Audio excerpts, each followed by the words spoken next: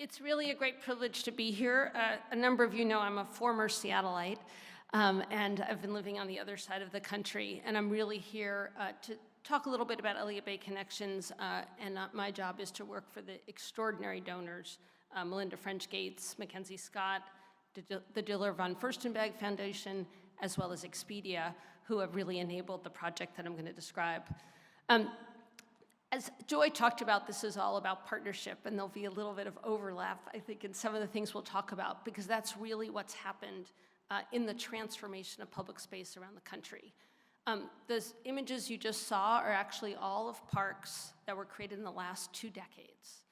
This has been an amazing period in every city, and I had to carefully choose. I did choose a project, an island I know well in New York, called Governor's Island.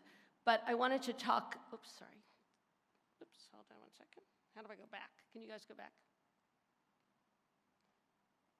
Hello?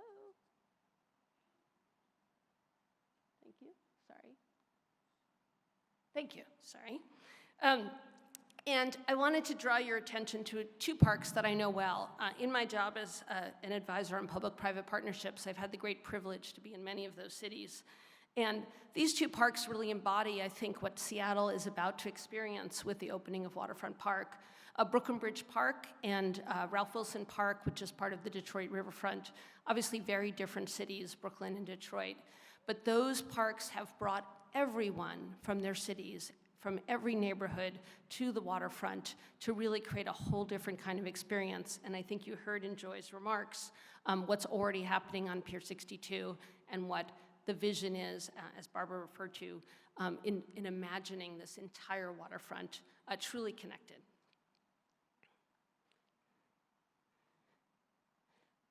As I mentioned, creating those parks is not just about brilliant architects, it's not just about generous philanthropists, it's about public-private partnership.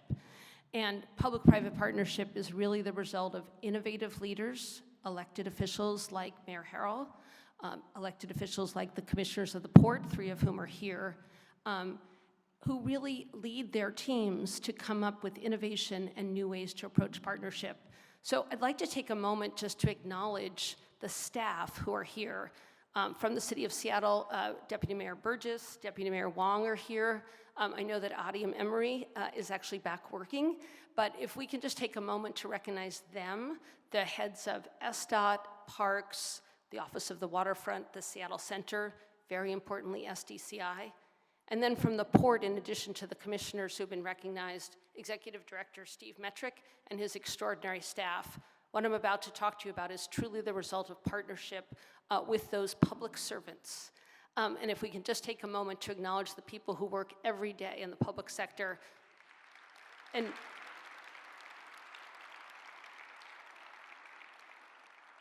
it is a great privilege to work with them. And of course, on the private side, we wouldn't be here without the DSA. Not only John and Sung's extraordinary leadership, but many members of the board are actually directly involved in the project. And as John alluded to earlier, the extraordinary staff from the DSA that have brought us here. So I would like to thank them as well. And of course, there are many other partners. Leonard Forsman is here from the Suquamish. We're working with the Suquamish and the Muckleshoot tribes. BNSF is an incredibly important partner. As you'll see in a moment, King County Executive Dow Constantine has already been recognized. And of course, the amazing team of local designers, planners, project managers, and construction managers who are all based here in Seattle, many of whom are members of the DSA, who are together working with our public partners to realize the vision that I'm about to share with you. So a moment to thank everyone. So the idea of connections, what Barbara referred to, what Joy referred to, of connecting that waterfront, it actually goes back to another era of public-private partnership. There were a group of civic leaders, I do confess they were all men, is my understanding, so a little different, who came together in 1903 and really with the vision of how could Seattle be a beautiful city. That was a full-page ad in the Seattle Times. And they hired the Olmsted brothers. And as we all know, we can pick a park, Seward Park, Woodland Park. What would Seattle be without the Olmsted design parks? And the Olmsteds really recognized what makes Seattle unique and gorgeous. And I think it's worth reading that this again from 1903, 120 years ago. The primary aim should be to secure and preserve for the use of the people as much as possible of these advantages of water and mountain views. And today is a gorgeous day for me to question my sanity in leaving Seattle, but that you live in a very, very special place. What people don't recognize, perhaps, is that the Olmsted brothers also had a vision for a waterfront park on the other side, not the lake, on Elliott Bay, that was never realized. So when we think about the inspiration and vision for reclaiming the waterfront for all of us, it actually goes back that long. And then as we looked ahead, but from 1903, there were many generations of civic activists in this community who advocated for the removal of the viaduct and taking the waterfront back for the people. Lake to Bay was important, the idea of connecting that waterfront to the Seattle Center. And this image is actually by James Corner, the visionary landscape architect who's designing Waterfront Park. And this is from one of his first presentations when he was first hired more than a dozen years ago. And again, recognizing this idea of connection and parks that it can extend along the bay. And so when you look a little bit more closely at the central waterfront in the heart of this city, there's this gorgeous park under construction, which Joy just shared with you, the Seattle Aquarium, the beautiful Olympic sculpture park brought to us by the Seattle Art Museum, many of people who are here, one of the, I think, the greatest urban sculpture park in America. But as you look at this, you see that there are some broken connections. The stretch of waterfront of Alaskan Way that goes between Pier 62 as well as Olympic Sculpture Park. And then, of course, these two amazing public parks that I'll talk about in a second that are just north of the Olympic Sculpture Park. So in coming together and thinking about the goals for connections, why are we all using that word? It's really the idea of realizing that vision, first articulated by the Olmsted brothers, of connecting people, connecting the parks with this new greenway, connecting the people of Seattle to Myrtle, Edwards, and Centennial parks, thinking of them as a connected set of parks, not parks that just serve bike commuters. We know many of you in this room ride your bikes to those parks. Connecting people to the Salish Sea and the stories and the people who have been here since time immemorial.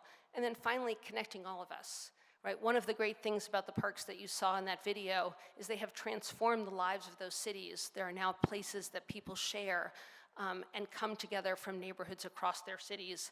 And that at a time, we have to acknowledge, of division, that is an extraordinary thing to have done. So quick description, our project is building a greenway from Waterfront Park to the Olympic Sculpture Park, restoring and revitalizing Myrtle, Edwards, and Centennial parks. The greenway will create safe green passage, a shared use path, in the place of the Benson trolley tracks that many people remember. We're working very closely with SDOT, who is also bringing the Alaskan Way Safety Project, and adding plants and safe crossing to create a way for all of us on bikes, accessible pedestrians and families to come. So this is an idea today of what this looks like and what it could be in the future as we move forward. Then thinking about Myrtle, Edwards, and Centennial parks, these are two gorgeous urban parks. You couldn't wish for a better site anywhere in the United States, and they are carefully stewarded by our colleagues at the port as well as at SPR. But in a city where there are many resources and many needs, the public sector can't attend to everything. And so we are very privileged to work in partnership with these public agencies to bring a new vision of what these parks can be connected to the rest of the waterfront. So as we work getting input from the public and working with our partners, we're looking at adding much needed park amenities in those parks, enhancing the existing lawns, the plantings, and the trees, adding to the 700 trees that are already in those parks, improving bike paths and pedestrian paths for safety and also for accessibility, and the two beach coves that already exist, trying to bring them up to the level of the Olympic Sculpture Park Beach Cove and improving habitat and our access to water, and then finally adding new play opportunities for children. So again, looking at Centennial Park today and imagining what it can be, with new plantings and improved trails, looking at the beauty of Myrtle Edwards Park and a beach cove that provides even improved habitat and better ways for people to access the water and the green. So with that vision, bringing that all together, you can imagine, as Barbara referred to, really a connected waterfront in 2026.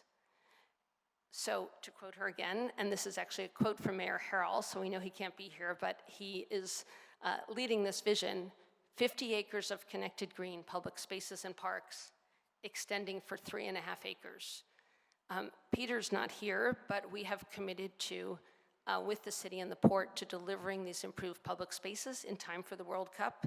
That is specifically, and I think Scott Redmond's in the room, so I'll remind him, that is June 10th is when the World Cup begins in Mexico City.